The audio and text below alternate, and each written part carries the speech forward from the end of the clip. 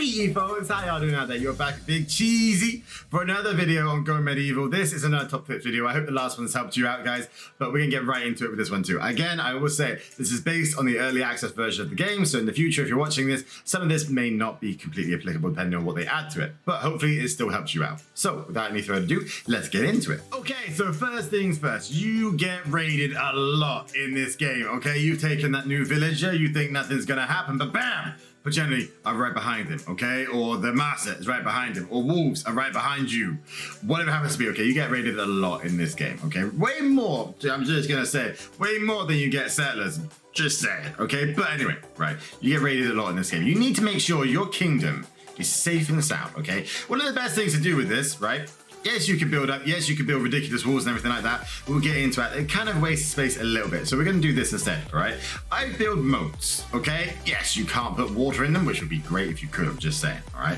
If they want to add that for the future, you know, take water from one place, put it in another, that would be ridiculous, I'm just saying. But anyway, right? Moats, okay? This will filter the enemy, okay, into going through your trap fields. Yes, they can walk through these. This do slow them down, whatever it happens to be. But they are not as good as a wall, okay? And you cannot shoot through a wall. So, build your towers as you would, okay? Build your little palisade walls. Get your archers on top of those towers whenever the enemy turns up. But other than that, build your moats, okay? Build little parts where your guys can get through to get out to harvest, you know, wood and whatever, and then build a shed load of traps around it, okay? This, like I said, will filter the enemy into coming through these spots specifically, okay? It means they will hit a bunch of these traps, okay? Very handy stuff. Will take out a fair few, or at least take their health down a lot. This is exceptionally useful right at the start, okay? When you have access to a lot of the twig, the spike traps and stuff, is very useful, okay? Then you can kind of have your guys, your archers up on the towers. They can be, you know, taking shots at them. The spikes are good because they don't only just take away health, they actually slow the enemy down. So when your guys are taking shots at them, it will keep them there in their, you know, kind of a line of sight for longer, right? Keep you guys up on here, keep your melee guys behind, but make sure that you've done a moat so that the enemy will be filtered through one specific spot. Right. Off the back of that one, tip number 2, and it does kind of go hand in hand with that as well, okay, is that the steward skill here, right, is severely underrated, okay? As it says here, right, steward is taking care of basic tasks like locking doors, closing windows, and extinguishing torches, okay? What it does not say is the resetting of traps, right? And that might not occur to all of you guys. It didn't occur to me for a fair while, okay? I kept deleting my traps. I used up so much time and sticks taking these down every single time they got activated, deconstructing them, reconstructing them. It was a pain in the ass when I could have just set a guy to steward skill and he would go around and do it for me. Right? Again, like this skill is really useful, okay? Especially when you're getting attacked, right? Spikes, traps, whatever, they get all set off. He will go around afterwards and take care of resetting them. Come winter, when you have to activate all your torches and whatever, he will go around and light the fire so everyone is nice and toasty, okay? He's wonderful, he's lovely, she, he, whatever. Whoever you set to do it, they will be fantastic for it. And again, name them so you know who your steward generally is. I've set everyone to steward just because I was kind of messing around with some bits and pieces right now, but generally, this one person will be my steward. Sometimes it'll be 2, CheeZ and Cryptic. Okay, they'll generally be my steward guy. They'll take care of the homestead. As things kind of get bigger and as we kind of do more things, I might well need a couple more stewards and stuff when I put more braziers out. But at the moment, 2 stewards is pretty much all you need after a good fight, and it will probably reset everything for you. Cool.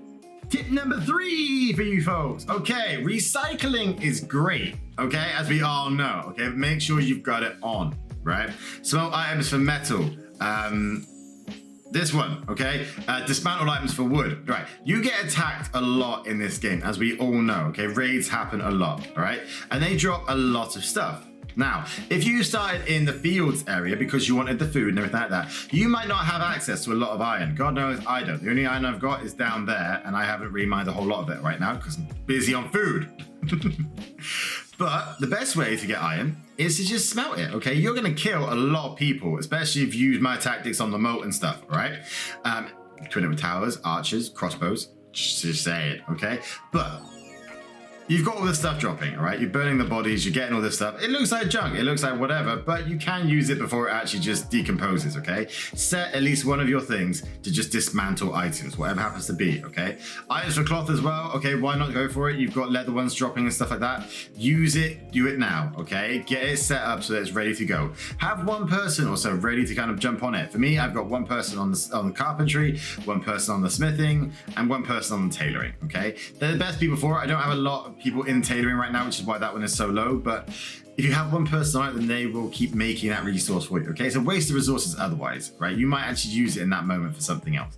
Set up for that, you're all good, okay? And it really helps you to kind of negate that disadvantage that you get with going for the fields very early on. Cool. Right, last tip for the video is tip number 4, okay? And it is build up. Okay, as you will see here, I'm just going to turn these overlays off so you guys can see it properly, all right? Is that we have gone high, right? We've gone very high with everything, all right? We will go higher as things go on. But what I've done is I've kept everything in the same block, right? These are all the same building. They're all bedrooms, and it makes things much easier for that. The same is true for when you kind of get into cooking things.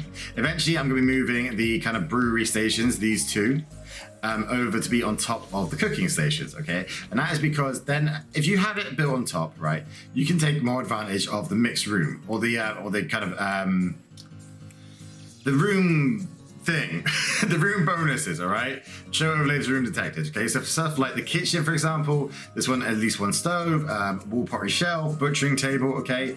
The only things I'm not allowed in there is any other workstations, shrines, or bedrooms, right? But I'm allowed all the cooking ones, all right? Which will mean that when I kind of put this on top, if I put like a little hole in the floor or something like that, or stairs leading up, it will kind of encompass that whole thing, and I will all get that benefit of stoves and butchering tables are production. You get a bonus on production speed, okay? It's very good. But again, the other reason why you should really build up is to save on space, right? Yes, we get a fair chunk of land to kind of build from, right? But it's very easy to use up all that space if you keep just going further out and further out and further out.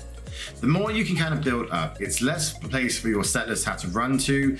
For example, you know, our storehouse is all here. It's on 2 levels. We've got a food one, we've got a base one.